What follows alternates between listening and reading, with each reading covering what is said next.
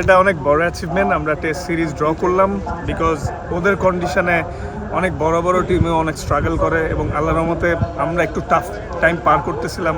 So পাকিস্তানের সাথে series জেতার পর আমরা কয়েকটা সিরিজ হারাতে আমরা একটু মোরালি ডাউনও ছিলাম, বাট আলহামদুলিল্লাহ আমরা অনেক স্ট্রংলি কামব্যাক করছি এবং দুইটা ম্যাচে আমি আমার সেরাটা দিয়ে চেষ্টা করছি এবং আলহামদুলিল্লাহ আল্লাহ তাআলা আমাকে রিওয়ার্ড দিয়েছে ম্যান অফ দ্য সিরিজ হিসাবে।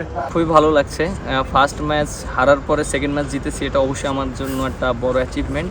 আর যেহেতু আমি ফার্স্ট ক্যাপ্টেন্সি করছি, এটা আমার জন্য একটা বড় একটা পাওয়া ওয়েস্ট ইন্ডিজের মাটিতে। প্লেয়াররা খুব ভালো ক্রিকেট খেলেছে এবং সবাই আমাকে অনেক সাপোর্ট করেছে, এর জন্য অবশ্যই আমি ক্রেডিট দিতে চাই সব প্লেয়ারদেরকে।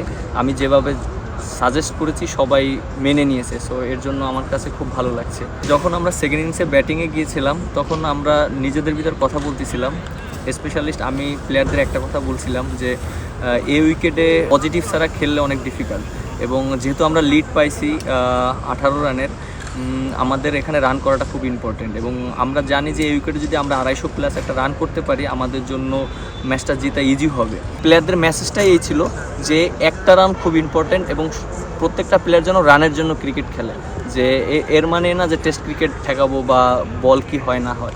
সো আমরা এইভাবে প্ল্যানে খেলেছি।